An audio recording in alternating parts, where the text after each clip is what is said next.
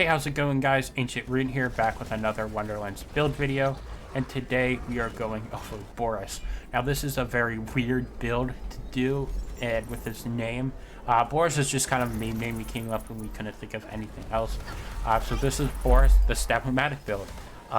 This is after the spellblade change, where it was spellblade was dealing conditional damage from based on how much spell damage you had to any melee damage. And now it only applies to melee swings, so it's much more balanced. But this also means the Stab-O-Matic builds that were using Spellblade, like mine, were nerfed to where you had to change it up a bit. And so now this is Bonecarver, and I'll explain why Bonecarver is the go-to and the Stab-O-Matic multi-class.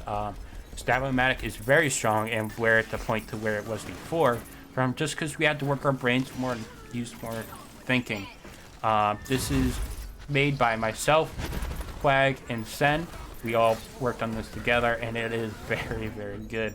And yeah, this does use a brutal stampede, which can be hard to farm, but I will explain why it's not as hard as you would think.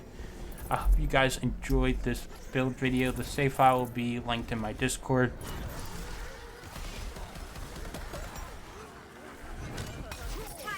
Alright, and for the gear here, of course, we have the Stab-O-Matic.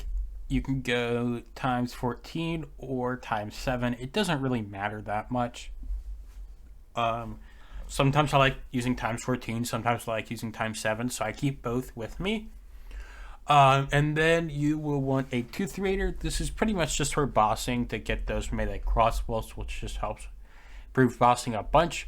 And then a 4th slot, you would want to use a Queen's Cry Taser. I don't have one on this build, but I have seen Quag use one because we could go Executioner's Blade here.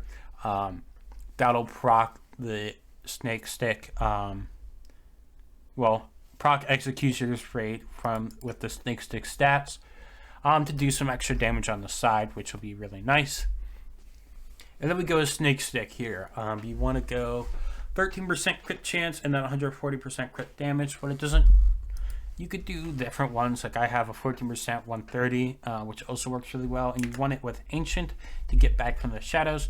We go the 30% melee damage versus bosses and badasses. This is conditional damage, so this will be really nice for those tougher enemies. We go Snake Stick, so we get extra companions, which will apply to Faithful Thralls, and it will also apply to Brutal Stampede. We want to go Spellcast Melee on the Stab-O-Matics. The enchant on the Tooth Raider doesn't really matter that much. Here we go Cursed Whip. This is just some like nice extra damage because we don't need the body rune that much. The fire bonus element could be nice, but it's not needed really. Cursed Whip gives extra damage, and it gives a Roid part, which is just very, very nice. The conditional damage is nice. Now we use a low level one just so it's easier to break, but you don't really need a low level. Any level will work, but it's just for consistency. And it says that the enchant will be doing less, but it actually doesn't. It'll do the same as a level 40 enchant bonus will be doing. And then we go Universal Soldier. This is pretty much the go-to for any Stab-O-Matic build, because with these projectiles you will almost always be getting your ammo back. Now we go Status Effect damage for Alchemical Agent.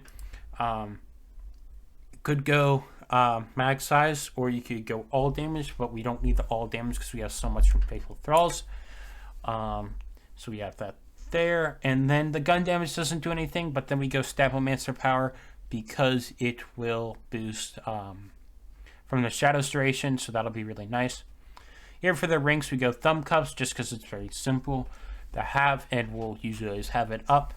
Go double melee damage on these, and then you want to go crit damage for melee, action skill cooldown rate, or action skill duration. You could also go crit chance to have Outsider from the Shadows be better for critting, but you definitely don't need to, and definitely not a priority. More of like if you find one, it's not the worst thing in the world. You could also go with Diamond Blight Ring, since we are going Alchemical Agent. So that would also be an option if you find a good one there. No specific passives I can really think of. That would be extraordinarily good. Maybe trying to focus on whatever element your snake stick is, because the element doesn't really matter that much since it's not our main damage source. Here we go, a brutal stampede. Now we get like 7 to 10 stacks at all time from a brutal stampede when playing correctly. This is kind of a crazy armor to farm, but it is kind of simpler to where I can kind of break down what you want. You want at least, of course, the Graves for passes with 3 thralls. You could get 2 and that would still work. You want melee damage passive, and then you want the gun damage. Now the main thing you want is the Grave and Spore combo, and especially the gun damage. Now this gun damage is card boost gun damage. So this will be a pure molt. This is old magic bullets from when that was changed. This will apply to the Stab-O-Matic because it boosts the card and it's on shot and not on hit. So that's why this boosts the Stab-O-Matic, and it doesn't do like so Stab-O-Matic doesn't get the card boost melee because it's not a melee card like the snake stick is. That's why we don't go consec hits here.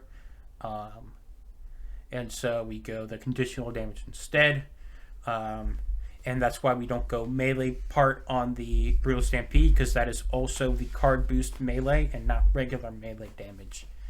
And then our other options we go is fire rate and all damage dealt. You could also get move speed, which could be nice, but it's just more utility than actual damage.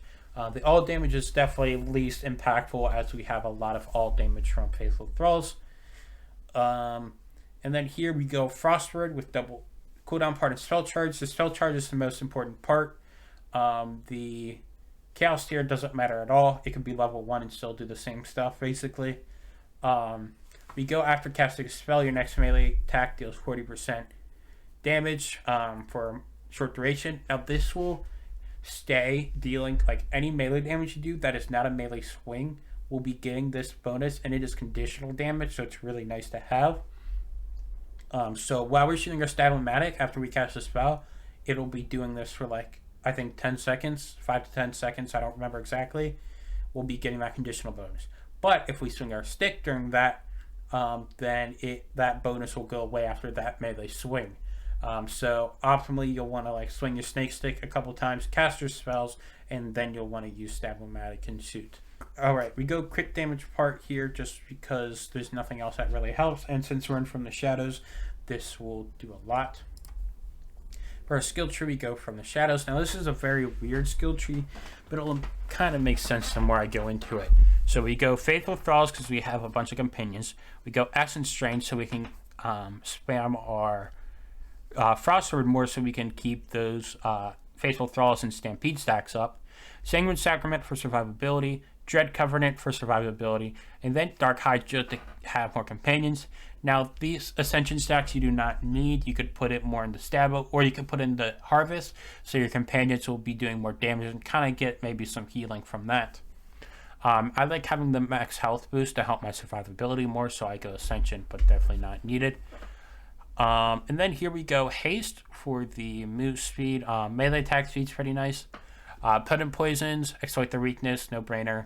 We go Nimble Fingers because since we're shooting and we're always dealing melee damage, so we'll always be having this fire rate and spell damage. The spell damage doesn't matter. We go 1 point in Swift Death just so we can move down the tree, and then Shadow Step for when we are critting with our Snake Stick, just to kind of consistent alchemical agents there from our Snake Stick. Then we go Elusive since we're shooting a gun, and it'll be nice for survivability. Contagion to help spread dots and alchemical agent dot. And then we go the rest points in Executioner's Blade because nothing else really helps in Grave. So we go 4,000 cuts in Executioner's Blade. Now we don't go any into Swift Death more because you could go 5 Swift Death, but this allows you to kind of stand still and not move fast and still shoot. That's why I like 1,000 cuts here. It's not a great boost, but it is a boost. And again, it's all damage, so it doesn't help that much. Yeah, Alchemical Agent by itself with Stab-O-Matic isn't that good, but if it contagions, it gets really, really strong to where it just melts bosses, which is really, really nice.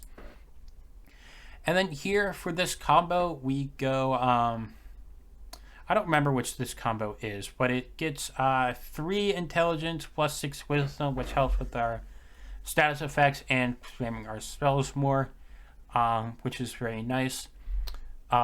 You could go Clown Blood, which gives a bunch in intelligence. Now we go max spell cooldown because we want to be able to spam our Frostburn as much as possible for Faithful Thralls and our Stampede stacks. And then we go crit damage because we're critting very often. And then we go the rest in status damage. Now status damage isn't that important, but it is very nice where if we get some good contagion and alchemical agents. Max HP ward could be nice, but not needed, nor is actual cooldown, and definitely not crit chance.